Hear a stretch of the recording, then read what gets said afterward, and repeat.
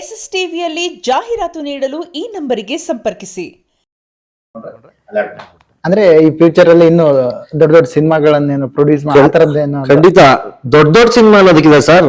ಸಣ್ಣ ಬಜೆಟ್ ಅಲ್ಲಿ ಒಳ್ಳೆ ಸಿನಿಮಾ ಮಾಡೋಣ, ಕಂಟೆಂಟ್ ಸಿನಿಮಾ ಮಾಡೋಣ. ಈಗ ಒಳ್ಳೆ ಕಂಟೆಂಟ್ ಇದ್ರೆ ಈ ಕನ್ನಡ ಇಂಡಸ್ಟ್ರಿಲಿ ಎಷ್ಟೋ ಸಿನಿಮಾಗಳು ರಿಲೀಸ್ ಆಗ್ತಾ ಇದಾವೆ, ಎಷ್ಟೋ ಬ್ಯಾನರ್ಗಳು ಮುಚ್ಚೋಗ್ತಾ ಇದಾವೆ. ಕಂಟೆಂಟ್ ಇರೋ ಸಿನಿಮಾ ಕೊಡೋಣ. ಜನರು ಕಂಟೆಂಟ್ ಕೊಟ್ರೆ ನೋಡ್ತಾರೆ, ಎಂತಕ್ ನೋಡೋಣ. ಕಂಟೆಂಟ್ ಕೊಟ್ರೆ 100% ಸಿನಿಮಾ ಹೋಗುತ್ತೆ. ನೀವು 100 ಕೋಟಿ ಹಾಕ್ತೀರಾ 200 ಕೋಟಿ ಹಾಕ್ತೀರಾ ಅಂತ ಜನ ನೋಡಲ್ಲ. ಕಂಟೆಂಟ್ ಏನಿದೆ, ಒಂದು ಫಿಲಂ ತೋರಿಸಿ ಸರ್. ಕನ್ನಡ ಇಂಡಸ್ಟ್ರಿಯಲ್ಲಿ ಫ್ಯಾಮಿಲಿ ಓರಿಯೆಂಟೆಡ್ ಸಿನಿಮಾ ಒಂದ್ 2 ವರ್ಷದಿಂದ ಮಾಡಿರೋದು ತೋರಿಸಿ ಸರ್. ಆಗ ನಮ್ಮ ದರ್ಶನ್ ಅವರಾಗಿರ್ಬೋದು, ಸುದೀಪ್ ಅವರಾಗಿರ್ಬೋದು, ಬೃಂದಾವನ, ಅಪ್ಪು ಸರ್, ಯುವರತ್ನ ಅಂತ ಸಿನಿಮಾಗಳು ತೋರಿಸಿ ಸರ್. ಈಗ ಬರೀ ಇದು ಗನ್ ಹಿಡ್ಕೊ, ನೊಚ್ಚಿಡ್ಕೊ, ಹೊಡಿ ಬಡಿ. ಮೊನ್ನೆ ನಾನು ಇದು ಹೇಳ್ಬೋದು ಗೊತ್ತಿಲ್ಲ, ದುರಂಧರ್ ಸಿನಿಮಾ ನೋಡಿದೆ. ಈಗ KD ಸಿನಿಮಾಗೆ ತುಂಬಾ ವೈಲೆನ್ಸ್ ಇದೆ ಅಂತ ಸರ್ಟಿಫಿಕೇಟ್ ಇದ್ ಮಾಡಿದಾರೆ ಮುಂಬೈಯಲ್ಲಿ. ದುರಂಧರ್ ಸಿನಿಮಾಗಿಂತ ಇದಿದ್ಯಾ, ಬ್ಲಡ್ ಇದ್ಯಾ KDಲಿ? ಅದರಲ್ಲಿ ಫುಟ್ಬಾಲ್ ಆಡ್ತಾನೆ ದುರಂಧರ್ ಅಲ್ಲಿ, ಅದಕ್ಕಿಂತ ವೈಲೆನ್ಸ್ ಇದೆಯಾ? ಆ ವೈಲೆನ್ಸ್, ಆತರ ವೈಲೆನ್ಸ್ ಸಿನಿಮಾಗಿಂತ ಒಂದು ಒಳ್ಳೆ ಕಂಟೆಂಟ್ ಸಿನಿಮಾ. ನಮ್ಮ ಡೈರೆಕ್ಟರ್ ಹೇಳೋದಷ್ಟೇ, ಸರ್ ನೀವು ಮಾಡ್ತೀರಾ, ನನಗೆ ಒಳ್ಳೆ ಕಂಟೆಂಟ್ ಅಂತ ತಗೊಬನ್ನಿ. ನೀವಿಲ್ಲ ಅಂದ್ರೂ ಅಷ್ಟೇ, ನಿಮ್ಗೆ ಯಾರ ಪರಿಚಯ ಇರೋರು ಇದಾರಾ, ಬನ್ನಿ. ಒಳ್ಳೆ ಕಂಟೆಂಟ್ ಇರ್ಬೇಕು, ಒಳ್ಳೆ ಫ್ಯಾಮಿಲಿ ಕುತ್ಕೊಂಡು 2 ಅವರ್ ನಗ್ಬೇಕು, ಅಳ್ಬೇಕು.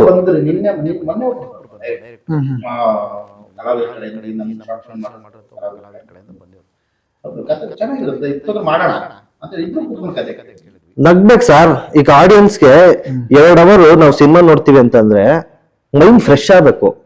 ಈಗಿನ ಸಿನಿಮಾಗಳು ಹೆಂಗಾಗ್ಬಿಟ್ಟಿದೆ ಅಂದ್ರೆ ತಲೆ ಕೆಡ್ಸ್ಕೊಂಡು ಈಚೆಗೆ ಬರ್ತೀವಿ ಸಿನಿಮಾ ಥಿಯೇಟರ್ ಇಂದ. ಆತರ ಸಿನಿಮಾಗಳು ಬರ್ತಾ ಇದೆ ಈಗ. ನಾವು ಆ ಕಾನ್ಸೆಪ್ಟ್ ನ ಚೇಂಜ್ ಮಾಡ್ಬೇಕು. ನಾವೇನ್ ಮಾಡ್ತೇವೆ ಅಂದ್ರೆ, ಒಂದು ನಾನ್ ಮಾಡಿದ ಸಿನಿಮಾ ಚೆನ್ನಾಗಿದೆ ಯಾಕೆ ನೋಡ್ತಿಲ್ಲ ಅಂತ ಕೇಳ್ತೇವೆ.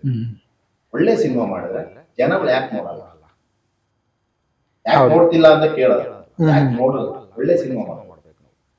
ನಮ್ಗೆ ಇಷ್ಟ ಬಂದಿದ್ದು, ನಮ್ಗೆ ಇಷ್ಟ ಆಗೋ ಸಿನಿಮಾ ಮಾಡ್ಕೊಂಡು ಆಡಿಯನ್ಸ್ ಇಷ್ಟ ಯಾಕೆ ಬರ್ತಾ ಇಲ್ಲ ಅಂತ ಕೇಳೋ ಆಡಿಯನ್ಸ್ ಇಷ್ಟ ಪಡುತ್ತೆ.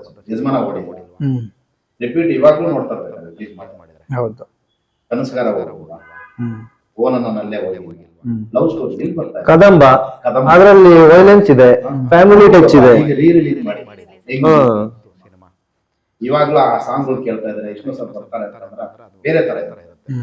ಸೊ ಈಗ ಆ ತರ ಇಲ್ಲ. ಈಗಿನ ಮಕ್ಕಳಿಗೆ ಏನಾಗೋಗಿದೆ ಅಂದ್ರೆ ಬೇರೆ ತರ ಅವ್ರು ಈಗ ಏನ್ ನೋಡ್ತಾವೆ ಸೋಷಿಯಲ್ ಮೀಡಿಯಾದಲ್ಲಿ, ಅದನ್ನೇ ಮತ್ತೆ ಸಿನಿಮಾದಲ್ಲಿ ತೋರಿಸ್ತಾ ಇರ್ತಾರೆ. ನಾವು ಇದನ್ನ ಮಾಡ್ಬೇಡಿ ನೀವು ಅಂತ ಹೇಳ್ತಾರ, ಇದನ್ನ ಮಾಡಿ ಅಂತ ಹೇಳ್ತಾರ. ಅದೇ ತರ ನೋಡಿ, ನಾನು ಸಿಟಿ ಒಳಗಡೆ ಸುತ್ಕೊಂಡು ನಿಮ್ಗೆ ಬನ್ನಿ. ನಾವು ಸಣ್ಣ ಮಕ್ಕಳು ಇದ್ದಾಗ ಹೋಗ್ತಾ ಇದ್ರೆ ಯಾರೋ ಜಾಗದಲ್ಲಿ ಮತ್ತೆ ಹುಟ್ಟಿ ಬನ್ನಿ ಅಂತ ಬೋರ್ಡ್ ನೋಡ್ತಾ ಇರ್ತಾರೆ. ಹೆಂಗಿರೋದಂದ್ರೆ 70-80 ವರ್ಷ ಇರೋದು ಬೇಜಾರು ಅನಿಸ್ತಿರ್ಲಿಲ್ಲ. ಈಗ ಸುಮ್ಮನೆ ಒಂದು ರೌಂಡ್ ಒಂದ್ ಏರಿಯಾದಲ್ಲಿ ಒಂದು 10 ಬೋರ್ಡ್ ಇರ್ತವೆ. ಮತ್ತೆ ಹುಟ್ಟಿ ಬಾ ಗೆಳೆಯ, ಚಿಕ್ಕ ವಯಸ್ಸು 15, 16, 17, 18, 20 ವರ್ಷದೊಳಗಡೆ ಕಾರಣ ಸೋಷಿಯಲ್ ಮೀಡಿಯಾ. ಇದು ಕಾರಣ ಬೇಜಾರಾಗುತ್ತೆ. ಯಾಕಂದ್ರೆ ಆ ಮಗನ್ ಕಳ್ಕೊಂಡು ಆ ಪೇರೆಂಟ್ಸ್ಗೆ ಗೊತ್ತಿರುತ್ತೆ ಆ ಮೂವಿ ಏನು ಅಂತ. ನಾವು ಹೊರಗಡೆ ನೋಡೋದು ಗೊತ್ತಾಗಲ್ಲ. ಇದು ಆಗ್ಬಾರ್ದು. ಸೋಷಿಯಲ್ ಮೀಡಿಯಾ ಜನಗಳಿಗೆ ಅಷ್ಟೊಂದು ಎಫೆಕ್ಟ್ ಆಗ್ತಾ ಇದೆ. ಅದು ಚೇಂಜ್ ಆಗ್ತದೆ. ಆಮೇಲೆ ಹೆಂಗಾಗ್ಬಿಟ್ಟಿದೆ ಅಂದ್ರೆ ಈಗ ಜನಕ್ಕೆ ಬಿಡು ಇನ್ 2 ವಾರದಲ್ಲಿ ಬರುತ್ತೆ ನೋಡೋಣ, OTT ಅಲ್ಲಿ ಅವನ್ ಹೋಯ್ತಾನೆ ಬಿಡು, ಇಲ್ಲೇ ಬರ್ತದಲ್ಲ ಟಿವಿಲಿ ಹಾಕೊಂಡ್ ನೋಡೋಣ ಬಿಡು. ಈ ರೇಂಜ್ಗೆ ಮನ್ಸ್ಥಿತಿ ಹೋಗ್ಬಿಡಿದೆ. ಥಿಯೇಟರ್ ವೈಬ್ಸ್ ಹೋಗ್ಬಿಟ್ಟಿದೆ. ನಮ್ಮಂತ ಯೂತ್ ಜನರೇಷನ್ಗೆ ಥಿಯೇಟರ್ ವೈಬ್ಸ್ ಹೋಗ್ಬಿಟ್ಟಿದೆ. ಬಟ್ ನಾನಂತೂ ಇರಲ್ಲ. ನಾನು ಪ್ರತಿ ಸಿನಿಮಾನು ನಾನು ಶುಕ್ರವಾರ ಯಾವ್ದು ಸಿನಿಮಾ ರಿಲೀಸ್ ಆಗುತ್ತೆ ನೋಡ್ಬಿಟ್ಟು, ಸರ್ ಇದಕ್ಕೆ ಹೋಗೋಣ ಸರ್ ಅಂತ ನಾವು ಟೈಮ್ ಮಾಡ್ಕೊಂಡು ಹೋಗ್ತೀವಿ. ಇಲ್ಲ ನೈಟ್ ಶೋ ಹೋಗ್ಬಿಡ್ತೀವಿ. 10 ಗಂಟೆ ಮೇಲೆ ಯಾರಿಗೂ ಕೆಲಸ ಇರಲ್ಲ, ಆ ಟೈಮ್ಗೆಲ್ಲ ಹೋಗ್ತೀವಿ.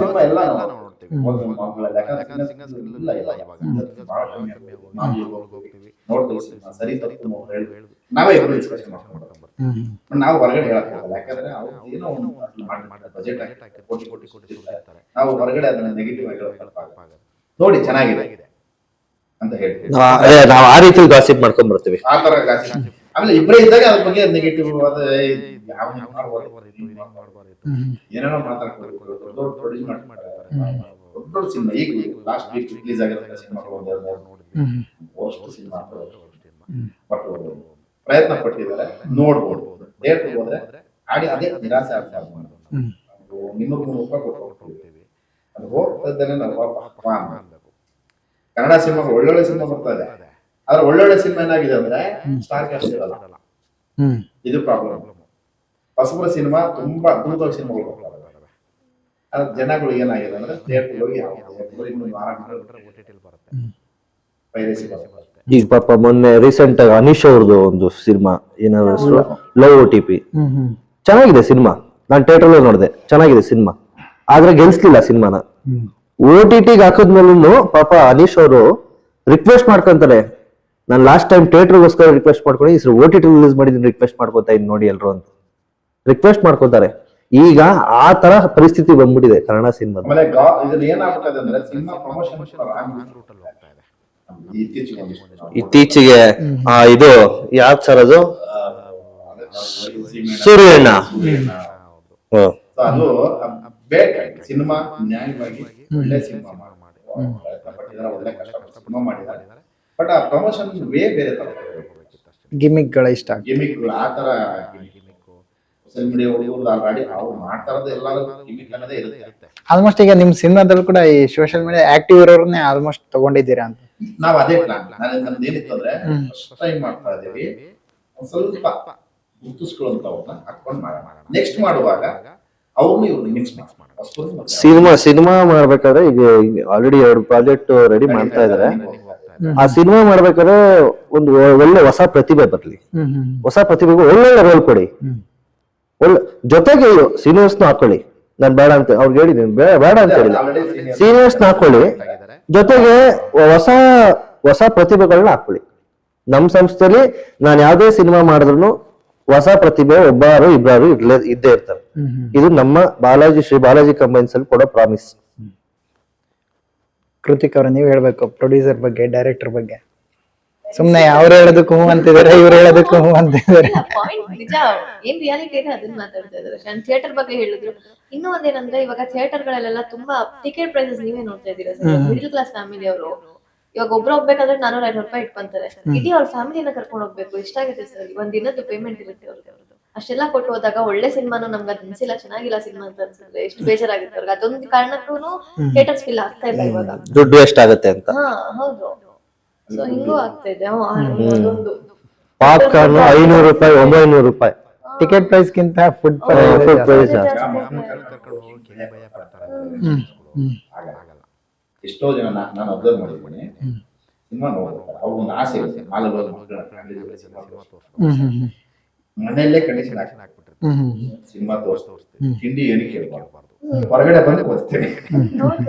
ನಾವು ಏನಾದ್ರು ಸಿನಿಮಾಗೆ ಹೋದ್ರೆ ನಾವೇನ್ ಮಾಡ್ತೀವಿ ಗೊತ್ತಾ ಸರ್? ತಿಂತೀರಾ ಸರ್? ಸುಮ್ನೆ ಕೇಳೋದ್ ಇದು ಕೇಳ್ಬೇಕಲ್ಲ, ಕೇಳೋದು. ಅವರು ಬೇಡ ಈಚೆ ಹೋಗ್ತೀರ. ನಾನು ಏನಾಯ್ತು, ಯಾವ್ದೋ ಇದ್ರಲ್ಲಿ ಒಂದು ಸಾಂಗ್ ಶೂಟ್ ಮಾಡ್ಕೊಂಡು ಬರ್ಬೇಕಾದ್ರೆ ಒಂದ್ ಸಿನಿಮಾ ಟೈಮ್ ಇತ್ತು, ಬೇಕಾದ್ರೆ ಇಲ್ಲಿ ಹತ್ರದಲ್ಲಿ ಯಾವ್ದು ಆ ಸಿನಿಮಾ ಸಿರಾಯಿ ಸಿನಿಮಾ ಚೆನ್ನಾಗಿತ್ತು. ಸರಿ ಬಂದ ಟೈಮ್ ಇತ್ತು, ಅವನು ಇಲ್ಲೇ ಎಲ್ಲಿ ಯಾವ ಮಾಲಲ್ಲಿ ತುಂಬಾ ಚೆನ್ನಾಗಿತ್ತು. ಊಟದ ಟೈಮ್, ನಮ್ಮ ಊಟದ ಟೈಮ್ ತಿನ್ನೋಣ, ತುಂಬಿಲ್ಲ, ಆದ್ರೆ 1,500-2,000 ಬಿಲ್ಲು ಏನೋ ಇಷ್ಟೇ ತಗೊಂಡು ನಾವೆಲ್ಲ ಆ ತರ ತಿಂದು ಬರುತ್ತಲ್ಲ, ಖಾರ ಫುಟ್ಪಾತ್ ಇಷ್ಟ ನಮ್ಗೆ. ಫುಟ್ಪಾತ್ ಅಲ್ಲಿ ಕ್ಲೀನ್ ಆಗಿರೋ ಹೋಟೆಲ್.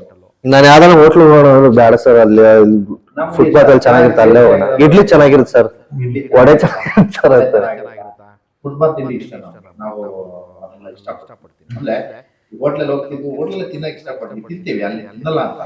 ಈಗ ಪಾಪ ಹೀರೋಯಿನ್ ಅಂತ ಬಂದಾಗ, ದೊಡ್ಡವ್ರು ಬಂದಾಗ ನಮ್ಮ ಲೆವೆಲ್ ಕರ್ಕೊಂಡ್ ಬರಕ್ಕೆ ರೋಡ್ ಸೈಡ್ ಚೆನ್ನಾಗಿರುತ್ತೆ. ನನಗಂತೂ ದೊಡ್ಡದೆಲ್ಲ ನಿಜವಾಗ್ಲೂ ಇಷ್ಟ ಆಗಲ್ಲ. ಈ road side egg rice, gobi ಇಂಥವೇ ಚೆನ್ನಾಗಿರೋದು. ಇವಾಗ ನೋಡಿ ಹೋಟೆಲ್ ಅಲ್ಲಿ ಏನ್ ಚೆನ್ನಾಗಿರುತ್ತೆ ಗೋಬಿ ಎಲ್ಲ. ರೋಡ್ ಸೈಡ್ ಹೋದ್ರೆ ಸಕ್ಕದ 30 ರೂಪಾಯಿಗೆ ಆರಾಮಾಗಿ ಬಡವ್ರಿಗೋಸ್ಕರ ಮಾಡಿರಂತ ಹೋಟೆಲ್ ಅವೆಲ್ಲ. ಸರ್ ಈಗ ಎಲ್ಲ ರೆಡಿ ಆಗಿದೆ ಅಂತ ಹೇಳಿದ್ರಿ ನಿಮ್ಮ ಸಿನಿಮಾ. ಯಾವತ್ತು ರಿಲೀಸ್ ಮಾಡ್ತಿದ್ದೀರಾ ಬಟ್ ಅದು ನಿಮ್ದೇ ಒಂದು ಚಾನಲ್ ಅಲ್ಲ ಅಂತ ಹೇಳಿದ್ರಿ. ಹೌದು.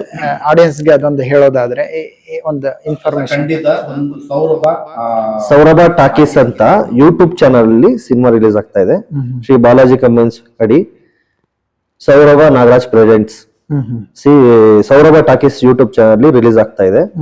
ನೆಕ್ಸ್ಟ್ ಶುಕ್ರವಾರ ಅಂದ್ರೆ ಮೇ 1ನೇ ತಾರೀಕು ಶುಕ್ರವಾರ ಸಿನಿಮಾ ರಿಲೀಸ್ ಆಗುತ್ತೆ.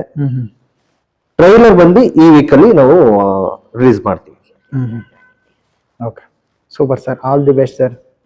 ಇವಾಗ ಲಾಸ್ಟ್ ಏನಂದ್ರೆ, ಈಗ 3 ಜನ ಇದೀರಲ್ವಾ, ಈಗ ಒಬ್ರ ಬಗ್ಗೆ ಒಬ್ರು ಗಾಸಿಪ್ ಮಾಡ್ಬೇಕು ಸರ್. ಏನಂದ್ರೆ ಹೀರೋಯಿನ್, ಪ್ರೊಡ್ಯೂಸರ್ ಹೀರೋಯಿನ್ ಬಗ್ಗೆ ಗಾಸಿಪ್ ಡೈರೆಕ್ಟರ್ ಹತ್ರ ಹೇಳ್ಬೇಕು, ಡೈರೆಕ್ಟ್ರು ಇವ್ರ ಬಗ್ಗೆ ಗಾಸಿಪ್ ಇವ್ರ ಹತ್ರ, ಪ್ರೊಡ್ಯೂಸರ್ ಗಾಸಿಪ್ ಇವ್ರ ಹೀರೋಯಿನ್ ಹತ್ರ ಹೇಳ್ಬೇಕು. ಈ ತರದ್ ಸರ್. ಯಾರು ಫಸ್ಟ್ ಮಾಡ್ತೀರಾ? ಇವಾಗ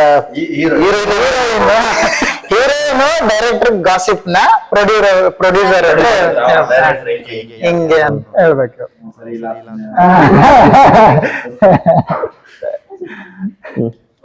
ನೋಡಿ, ಚೆನ್ನಾಗಿದೆ. ನೀವು ಇಲ್ಲ ಇಲ್ಲ ಗೊತ್ತು, 3 ವರ್ಷದಿಂದ ಗೊತ್ತು, ಬಟ್ ಸ್ವಲ್ಪ ಕ್ರ್ಯಾಕ್. ಹುಷಾರಾಗಿದೆ. ಲೇಟ್ ಆಗ್ತಾನೆ ಇದೆಯಲ್ಲ, ಯಾವಾಗ ರಿಲೀಸ್ ಅಂತ? ಅದೇ ಶುಕ್ರವಾರ ಮಾಡ್ಬಿಡೋಣ ಅಂತ. ನೆಕ್ಸ್ಟ್ ಶುಕ್ರವಾರ. ಯಾಕೆ ಲೇಟ್ ಆಗ್ತಾನೆ? ಡೈರೆಕ್ಟ್ ಪ್ರಾಬ್ಲಮ್ ಇಲ್ಲ, ಅದಕ್ಕೊಂದು ಪ್ರಾಬ್ಲಮ್ ಇದೆ, ಅದು ಬೇಡ. ತುಂಬಾ ಓವರ್ ಗಾಸಿಪ್ ಹೆಂಗೆ ಡೈರೆಕ್ಟ್ ಅಂತ ಹೇಳಿಲ್ಲ. ಅವ್ರು ಹಿಂಗ್ ನೋಡ್ತಾರೆ. ನಮ್ ಡೈರೆಕ್ಟ್ರು ಒಂಚೂರು ಕ್ರ್ಯಾಕ್ ಇದ್ದಂಗೆ. ಅವ್ರು ಒಳ್ಳೆಯವ್ರು ಕೆಟ್ಟವ್ರು. ನೋಡಕ್ಕೂ ಒಳ್ಳೆಯವ್ರೆ, ಬಟ್ ಏನಂದ್ರೆ ಸ್ವಲ್ಪ ಇವಾಗ ಹೀರೋಯಿನ್ ಬಗ್ಗೆ ಪ್ರೊಡ್ಯೂಸರ್ ಡೈರೆಕ್ಟರ್ ಹತ್ರ ಹೇಳ್ಬೇಕು ಇವಾಗ. ಹೌದಾ? ಫುಲ್ ಡೈರೆಕ್ಟರ್ ಹತ್ರ ಹೇಳ್ಬೇಕು. ಹಾ, ನೋಡಿ ಸರ್, ನಿಮ್ ಬಗ್ಗೆ ತುಂಬಾ ಕೆಟ್ಟದಾಗ ಮಾತಾಡ್ತಾರೆ ಹೀರೋಯಿನ್ ಅಂದ್ರೆ, ಇವ್ರು ಏನೋ ಹೇಳಿರ್ತಾರೆ ಅದಕ್ಕೆ ಮತ್ತೊಂದು ಸೇರಿಸಿ ಹೇಳ್ಬೇಕು ನೀವು. ಮೊನ್ನೆ ಕೃತಿಕಾ ಅವ್ರು ಫೋನ್ ಮಾಡಿದ್ದೆ, ಏನಂದ್ರು ಗೊತ್ತಾ? ಅದೇನ್ರಿ ನಿಮ್ ಡೈರೆಕ್ಟ್ರು ಸರಿಯಾಗಿ ರೆಸ್ಪಾಂಡೇ ಮಾಡಲ್ಲ, ಫೋನೇ ಮಾಡಲ್ಲ, ಮಾತಾಡೋದೇ ಇಲ್ಲ ಅಂತ. ಸೆಟ್ಟಲ್ಲೂ ಅಷ್ಟೇ, ನೀವೇನೋ ಅವ್ರ ಹತ್ರ ಬೈದ್ರಂತೆ ಸೆಟ್ಟಲ್ಲಿ, ಶೂಟಿಂಗ್ ಅಲ್ಲೆಲ್ಲ.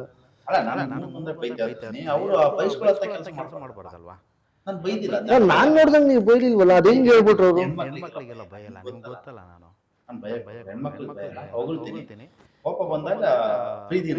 ನಿಮ್ ಬಗ್ಗೆ ತುಂಬಾ ಕೆಟ್ಟದಾಗ ಹೇಳ್ತಿದ್ರು ಸರ್ ಹೀರೋಯಿನ್, ಅದನ್ನ ಹೇಳಿ. ನಿಮ್ ಬಗ್ಗೆ ಕೆಟ್ಟದಾಗ ಹೇಳ್ತಿದ್ರು ಸರ್ ಹೀರೋಯಿನ್? ಹೌದಾ? ಗಂಡಸರು ಅಂದ್ರೆ ನಾನು ಈ ತರ ಕೆಲಸ ಮಾಡ್ತೀನಿ. ನಮ್ಗೆ ಟ್ರೈಲರ್ ನೋಡಿರ್ಬೇಕು, ಹೌದೌದು. ಎಷ್ಟೋ ಹೆಣ್ಣು ಮಕ್ಕಳು ಒಂದ್ ಮಾಡಿದಾನೆ ಈ ಗಂಡಸು. ಅಂದ್ರೆ ಆ ಹೇಳೋ ರೀತಿಯಲ್ಲಿ ನೋಡಿ ಅವರು ಹಿಂಗೆ ಹೇಳಿದ್ದಾರೆ. ಅಂದ್ರೆ ಹೆಣ್ಣು ಗಂಡಸು ಗಾಸಿಪ್ ಮಾಡೋದು ಇಷ್ಟ ಇಲ್ಲ. ಹೌದು, ಆಂಕರ್ ಆತರ ಅಂದ್ರೆ ಕಾಮಿಡಿಯಲ್ಲಿ ಏನೇನು ತುಂಬಬೇಕು ಒಳ್ಳೆ ರೀತಿಯಲ್ಲಿ ಎಲ್ಲ. ಒಂದೊಳ್ಳೆ ಕಂಟೆಂಟ್ ಇರುವಂತ ಸಿನಿಮಾ ಸರ್. ಈಗ ಇರುವಂತ ಶಾರ್ಟ್ ಸಿನಿಮಾಗಳು ಯಾವ ತರ ಟ್ರೆಂಡಿಂಗ್ ಅಲ್ಲಿ ಇದೆ, ಇದು ಡಿಫ್ರೆಂಟ್ ಜಾನರ್. ಇದು ಈಗ ಬರ್ತಾ ಇರೋದಕ್ಕಿಂತ ಡಿಫ್ರೆಂಟ್ ಜಾನರ್. ಇದು ಕಥೆನ ತಗೊಂಡೋಗುತ್ತೆ, ಕ್ಯಾರಿ ಫಾರ್ವರ್ಡ್ ಮಾಡ್ಬಿಡುತ್ತೆ. ಎಂಟರ್ಟೈನ್ಮೆಂಟ್ ಇರುತ್ತೆ ನೋಡೋರಿಗೆ. ಒಂದು 15-20 ನಿಮಿಷ ಎಂಜಾಯ್ ಮಾಡ್ತಾರೆ, ನಗ್ತಾರೆ. ನಾನು ಆಮೇಲೆ ಮನೆಗೆ ಹೋದ್ಮೇಲೆ ಹೆಂಡತಿ ಹತ್ರ, ಲವರ್ಸ್ ಹತ್ರ ಆ ಗಾಸಿಪ್ ಮಾಡಿ ಅವ್ರ ಲೈನ್ ಅನ್ನ ನೀಟ್ ಮಾಡ್ಕೊಳ್ತಾರೆ, ರೆಡಿ ಮಾಡ್ಕೊಳ್ತಾರೆ. ಅವ್ರ ಮಧ್ಯದಲ್ಲಿ ಏನು ಭಿನ್ನಾಭಿಪ್ರಾಯ ಆಯ್ತು, ಬ್ರೇಕಪ್ ಆಗೋ ಚಾನ್ಸಸ್ ಇದ್ರೆ ಅದು ಬ್ರೇಕಪ್ ಆಗೋ ಚಾನ್ಸಸ್ ಇರುತ್ತೆ. ಓಕೆ ಸರ್, ಇಡೀ ನಿಮ್ ಟೀಮ್ಗೆ ಆಲ್ ದಿ ಬೆಸ್ಟ್ ಸರ್. ಆದಷ್ಟು ಬೇಗ ಸಿನಿಮಾನ ಹೊರಗಡೆ ನಮ್ ತೋರ್ಸುವಂತ ಪ್ರಯತ್ನ ಮಾಡಿ ಆದಷ್ಟು ಬೇಗ ಅಂತ ಕೇಳ್ಕೊಳ್ತೀನಿ. ರೆಡಿ ಇದೆ, ಓಕೆ. ಸದ್ಯದಲ್ಲೇ ಬರುತ್ತೆ. ಸದ್ಯದಲ್ಲೇ ಅಂದ್ರೆ ಮೇ 1ನೇ ತಾರೀಕು ಶುಕ್ರವಾರ ರಿಲೀಸ್. ಟ್ರೈಲರ್ ಈಗ ನಮ್ಮ ಪುಷ್ಪಾ ದೇವರಾಜ್ ಅವರು ಮತ್ತು ಚೇತನ್ ಗೌಡ್ರು ರಿಲೀಸ್ ಮಾಡ್ತಾರೆ. ಅವ್ರ ಹತ್ರ ರಿಲೀಸ್ ಮಾಡಿಸ್ತೀವಿ. ಮಾಡಿಸಿದ ತಕ್ಷಣ ಇಮಿಡಿಯೇಟ್ ಆಗಿ 1 ವೀಕ್ ಅಲ್ಲಿ ಮಾಡ್ತೀವಿ. Okay sir, all the best sir. Thank you. ಆಮೇಲೆ ಜೋಕ್ಸ್ ಅಪಾರ್ಟ್, ಪಾಪ ಅವರು ನನಗೆ ಸೆಟ್ ಅಲ್ಲಿ ಯಾವುದೂ ಬೈದಿಲ್ಲ. ಅಲ್ಲೇ ಆ ತರದ್ದು ನಮ್ ಸೆಟ್ ಅಲ್ಲಿ ಯಾವ್ದು ಆಗಿಲ್ಲ. ಎಲ್ಲಾ ಕಲಾವಿದರು ನಮ್ಮ ತುಂಬಾ ಸಪೋರ್ಟಿವ್ ಆಗಿ ಹೆಂಗಿತ್ತು ಅಂದ್ರೆ ನಮ್ದು ಜಾಲಿಯಾಗಿ ಮಾಡಿದ್ವಿ, ಜಾಲಿಯಾಗಿ ಎಂಜಾಯ್ ಮಾಡ್ಕೊಳಕ್ಕೆ ಕಾನ್ಸೆಪ್ಟ್ ಹೆಂಗಿತ್ತು.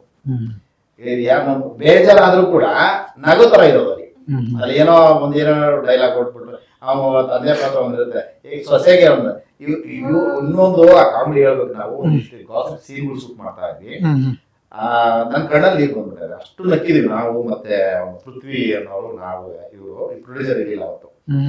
ಶೂಟ್ ಮಾಡ್ತಾ ಇದೀವಿ, ಕ್ರೌಡ್ ಐಸ್ ಕ್ರೀಮ್ ಅಂಗಡಿ ಏನೆಲ್ಲ ಶೂಟ್ ಮಾಡ್ತಾ ಇದ್ದೀವಿ, ನಕ್ಕು ಆಕ್ಚುಲಿ ಅಲ್ಲಿ ಕಾನ್ಸೆಪ್ಟ್ ಬಿಟ್ಟು ಒಂದಿಷ್ಟು ಶೂಟ್ ಮಾಡಿದೀವಿ ನಾವು, ಅದೆಲ್ಲ ಡೆವಲಪ್ ಆಗಿದೆ, ಅಲ್ಲಿ ಪಡದಲ್ಲಿ ಡೆವಲಪ್ ಆಗಿದೆ. ಸೊ ಅದೆಲ್ಲ ನಕ್ಕು ಸಾಕಾಗೋಗಿದೆ ನಮ್ಗೆ, ಅಷ್ಟಿದೆ. ಬಟ್ ಅಷ್ಟೂ ಹಾಕಿಲ್ಲ ನಾವು, ಎಷ್ಟು ಬೇಕು ಅಷ್ಟು ಮಾತ್ರ ಇಟ್ಟಿದ್ದೀವಿ, ಅಷ್ಟು ಫನ್ ಇರುತ್ತೆ ಅದಂತೂ ಪಕ್ಕ. Okay sir, thank you sir. Kritik ಅವರು ಇದರಲ್ಲಿ ಬೇರೆ ತರನೇ ಆಮೇಲೆ ನಾವು ಇನ್ನೊಂದು ಸ್ಪೆಷಲ್ ಆಗಿ ಹೇಳ್ಬೇಕು ಅಂದ್ರೆ ಕೃತಿಕ್ ಅವ್ರ ಟೈಮ್ ಸೆನ್ಸ್. ಹೌದು, ನಿಜವಾಗ್ಲೂ 6:45 ಅಂದ್ರೆ 6:45 ಅರ್ಲಿ ಮಾರ್ನಿಂಗ್ ಇರ್ತಾರೆ ಸೆಟ್ ಅಲ್ಲಿ. ನಾವೇ ಒಂದ್ 2 ನಿಮಿಷ ಲೇಟ್ ಆಗಿ ಹೋಗ್ಬಿಟ್ಟಿರ್ತೀವಿ, 6:45 ಇರ್ತಾರೆ. ಅದೊಂದು ಸ್ಪೆಷಲ್ ಕ್ರೆಡಿಟ್ ನಾವು ಕೊಡ್ಬೇಕು, ಯಾಕಂದ್ರೆ ಆ ಪ್ರೊಫೆಷನಿಸಮ್ ಇದೆಯಲ್ಲ ಅದು ಬೇಕು, ನನಗೆ ತುಂಬಾ ಇಷ್ಟವಾದ, ಅದು ಪ್ರತಿಯೊಬ್ಬ ಆರ್ಟಿಸ್ಟ್ಗೂ ಬೇಕು. ಅದ್ರಲ್ಲಿ ಈ ಶಾರ್ಟ್ ಮೂವಿ ನಮ್ಗೆ ತುಂಬಾ ಇಷ್ಟ ಆದವರು ಅಂದ್ರೆ ಕೃತಿಕ್ ಅವರು, ನನಗೆ ಬಹಳ ಇಷ್ಟ ಆಯ್ತು.